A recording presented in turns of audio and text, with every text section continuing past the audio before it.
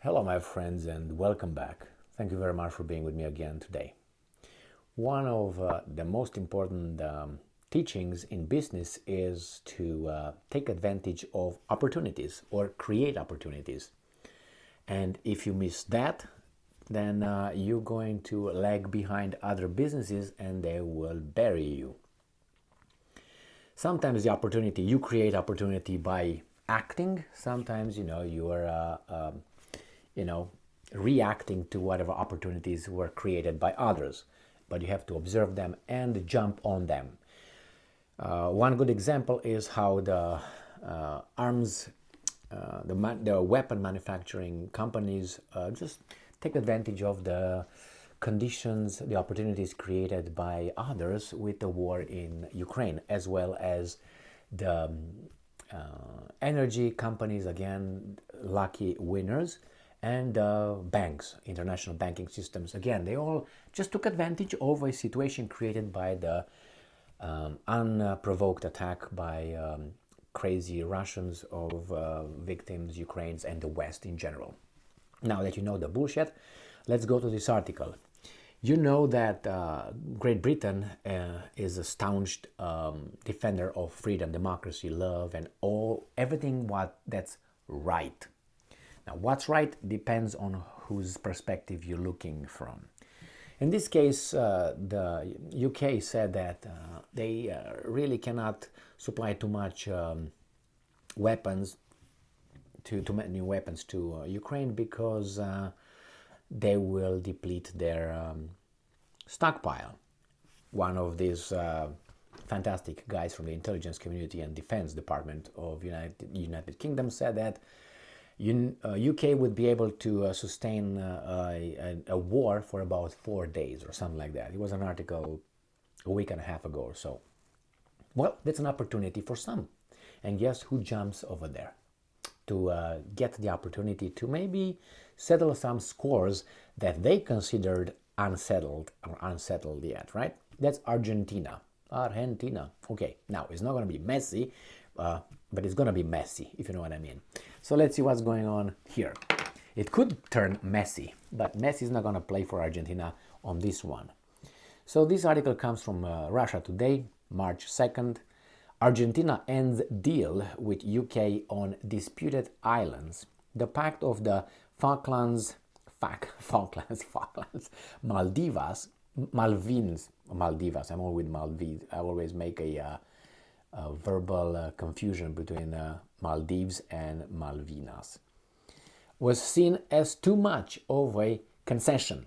Argentina has formally renounced a 2016 deal with the UK regarding the disputed islands in the South Atlantic. I refuse. Malvinas. The site of bloody 1982 conflict, saying on Thursday that the matter needs to be resolved under the UN guidances on decolonization. So you know exactly what it would be. London insists that the issue was settled after local residents choose in a referendum to be ruled by Britain. Oh, referendum again. What about the ones in Donbass? Oh my God. Oh, and what about the ones in Crimea? Oh, we're good, so we recognize it. Those guys are bad, so we don't recognize it. Oh, I understand. So the will of the people is preferential, according to if it benefits us or not. Argentinian Foreign Minister Santiago Cafiero said that he had informed his British counterpart, James Cleverly, of the decision at their meeting in New Delhi, India, and on the sidelines of the G20 summit. Argentina, and I'm quoting, has proposed to resume negotiations on the question of sovereignty, end quote, in compliance with the mandate of the UN General Assembly and the World's Body Committee of Decolonization, added Cafiero. The rule-based world order, remember international law that we like when works for our benefit? And I'm quoting, Falkland Islands are British, end quote. cleverly reported, and I'm quoting, "Islanders have the right to decide their own future." Really?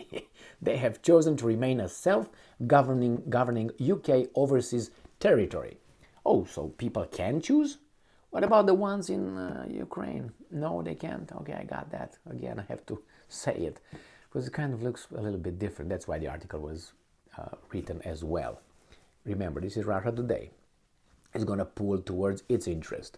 Minister of the Americas, David Ratley, who had just visited Buenos Aires, called the decision, and I'm quoting, "disappointing," and accused Argentina of choosing to, and I'm quoting, "step away from an agreement that has brought comfort to the families of those who died in the 1982 conflict." Blah, blah, blah, blah, blah, blah, blah, blah, blah.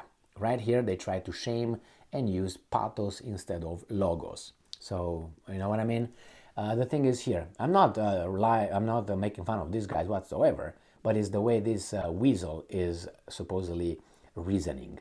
The problem is Argentina will probably join the other club and will probably fight another war on the islands, Falkland Islands, when Russia will be able to support them, and maybe when South America will be able to generate a bloc against colonialism.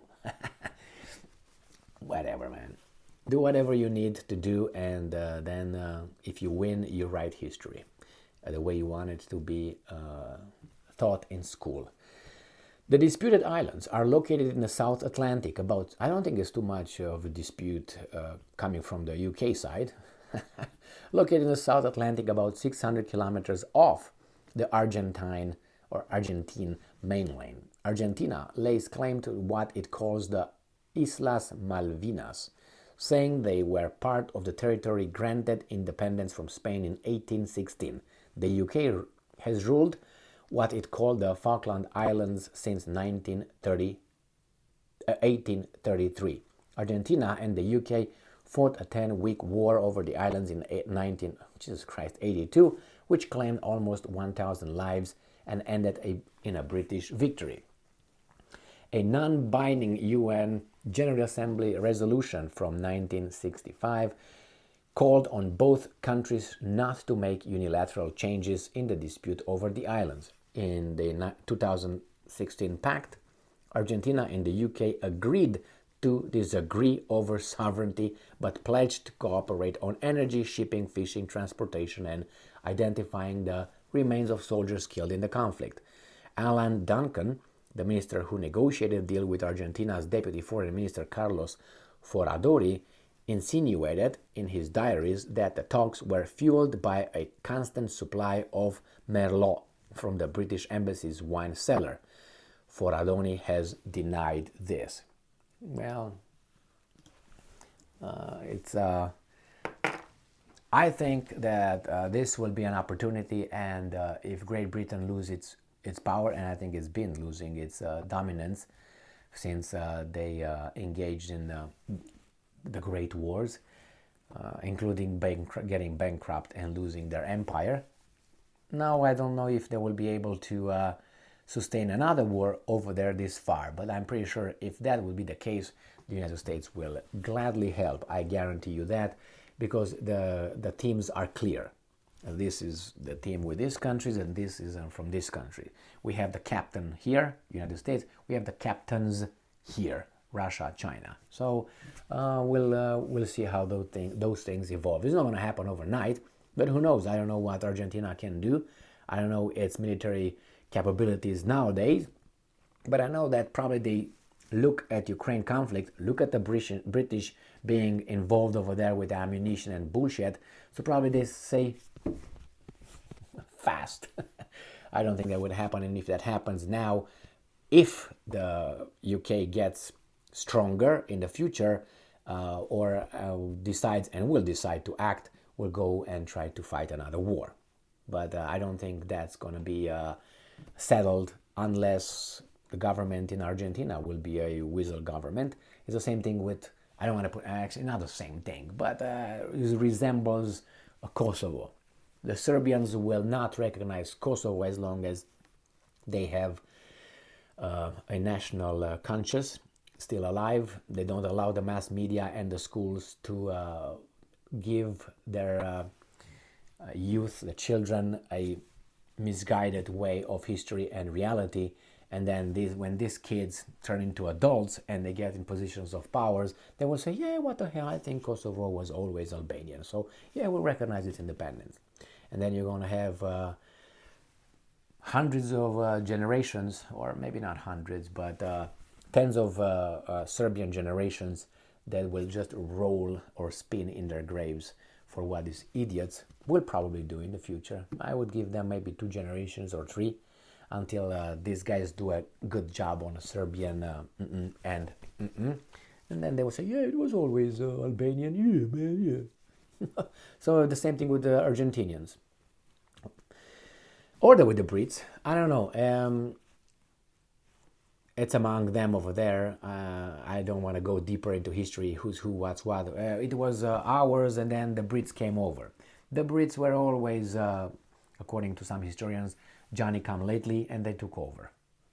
I mean, look at the North America. Wherever they came like the last ones, and then eventually they took over. Well, discipline, power, these things, and they, as a friend of mine from England, he's from England, Jamie used to say, Britannia, we civilized the world. Okay. Other people did not like that.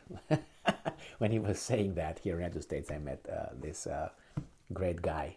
He was yelling, Britannia, and he was saying, Britannia, we civilized the world, and everybody was like, but he was courageous in his statements, and he could argue. He had the knowledge, but anyway, people did not like his way of exposing reality, or at least his reality, however you want to take it. It's more to talk about it, but maybe some other time. Thank you very much for being with me again today. Stay strong, stay smart, look for the truth, and be just.